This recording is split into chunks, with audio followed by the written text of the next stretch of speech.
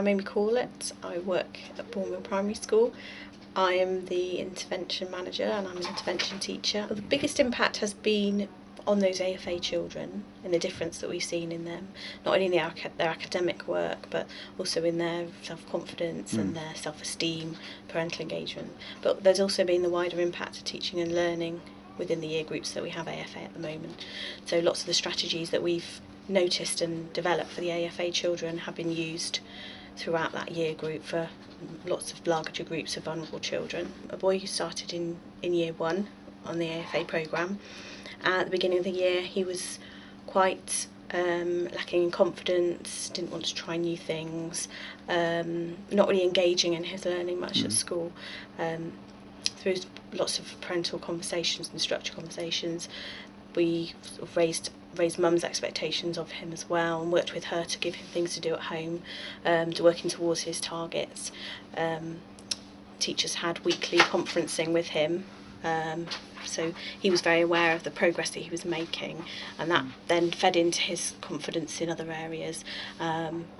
He started making more progress and getting more confidence, and it sort of built up from there really. By the end of the year, by the end of year 2, he was expected in all areas, and he was really full member of the school. He was a school council member, and he did, spoke in assemblies, and he'd really sort of turned around his attitude, his whole learning behaviours as well. So 5-10 minutes at parents' evening is such a different experience to having a structured conversation, building that relationship that you can get. The coach has given us a really fine focus on improving outcomes for children who are struggling to learn, and they've developed the skills of myself and the other school champion to be able to continue that work and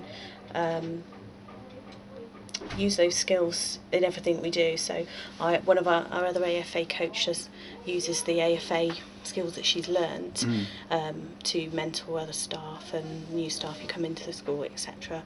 So I think the main thing has been sort of building that capacity within the school to have someone who can look at the big picture for those children and make an impact. We've been judged as outstanding recently.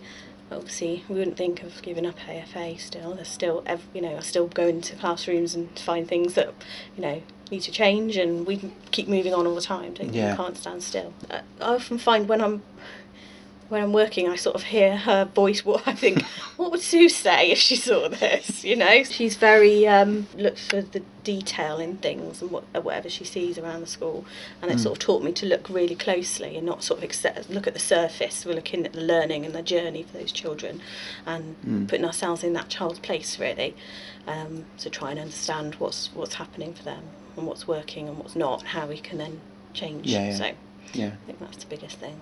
I think it's a framework to start looking at provision for vulnerable learners, and then you can use what you find out through AFA to then make an impact for them as you need to. So it's very much about what the children in your school need.